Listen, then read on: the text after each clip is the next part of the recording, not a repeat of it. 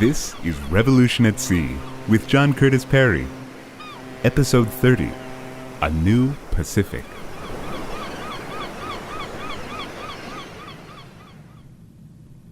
The America-Japan War, 1941-1945, brought the Pacific to fresh American attention, as did the Chinese Civil War and Communist triumph in 1949. For Americans, China exercised a strong sentimental attraction due in major part to the heavy influence of Christian missionaries. With revolution, Americans regarded China as lost. Red China it became for us, with all the negative connotations attached. The far Pacific had long lay in the American consciousness. We'd been thinking about Asia even before first setting foot on Asian shores. In the 18th century, the Anglo-Irish bishop and philosopher George Berkeley wrote a verse much quoted long thereafter and popular in early America. Berkeley wrote, "Westward the course of empire takes its way, the first 4 acts already past, the 5th shall close the drama with the day. Time's noblest offspring is the last." In other words, the tides of history bring inevitable change, except that they stop somehow at the very end with an American supremacy. Among 19th century pundits, there was much talk about the rhythms of what would come to be called geopolitical change, geopolitics being a new word borrowed from the Germans. Historians and others had long observed a shift of the dynamic center of global affairs from the Mediterranean to the North Atlantic. Pundits then began to ask, would the Pacific be next? Others were thinking along the same lines. Alexander Herzen, Russian refugee from Tsarist oppression, in 1858 proclaimed the Pacific to be the Mediterranean of the future.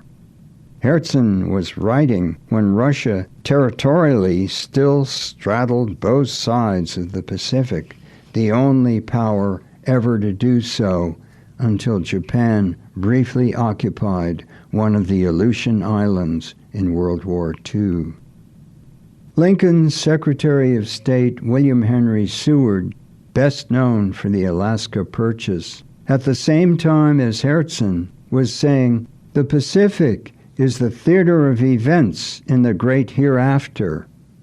Karl Marx, in similar vein, shortly thereafter declared, "The Pacific Ocean will play the same role as at present does the Atlantic, and the Atlantic Ocean will sink to the level of a great lake, such as the Mediterranean is today."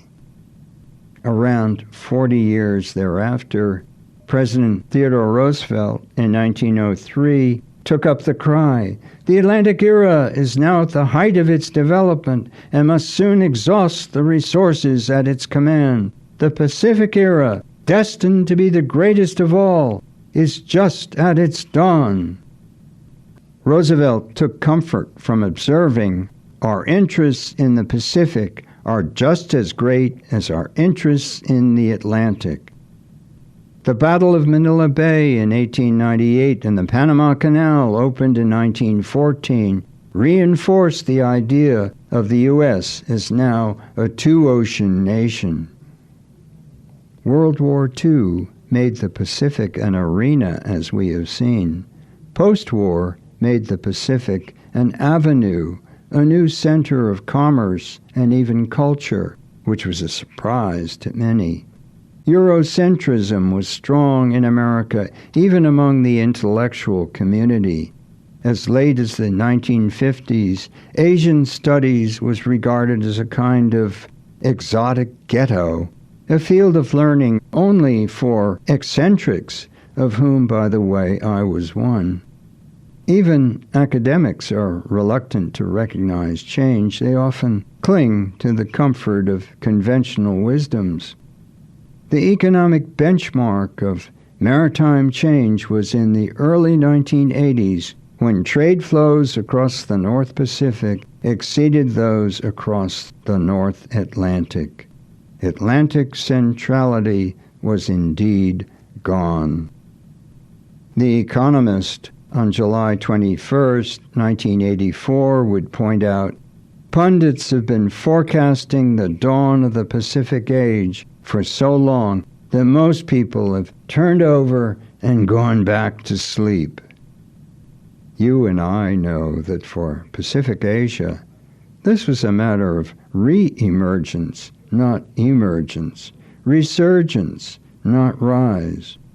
Earlier, as you will recall, Pacific Asians were important regional oceanic actors.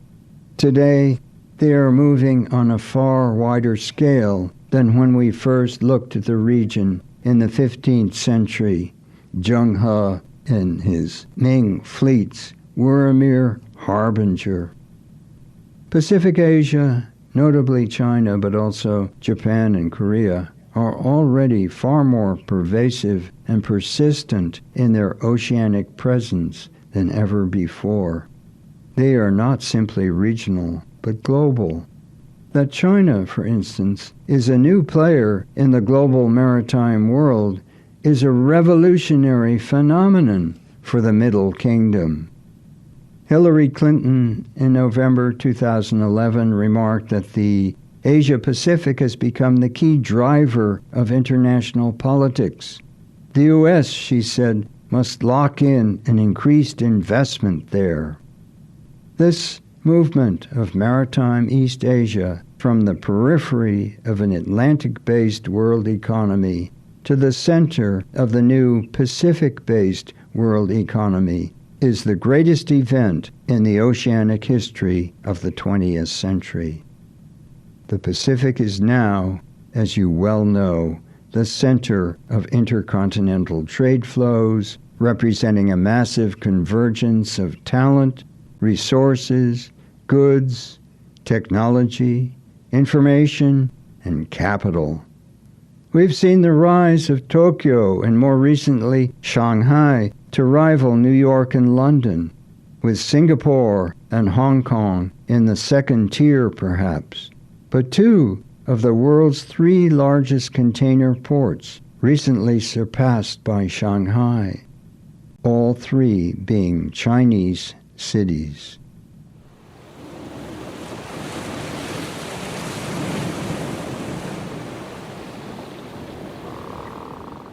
The rise of Tokyo suggests the important part that Japan has played in a shift to the Pacific.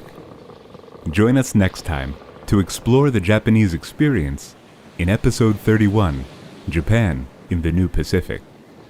Revolution at Sea is written and spoken by John Curtis Perry, with additional voicing by Jamie Rosenberg. Recording by 1623 Studios, Gloucester, Massachusetts. Production and distribution by Albert Bouichade Faray. Goodbye until next time.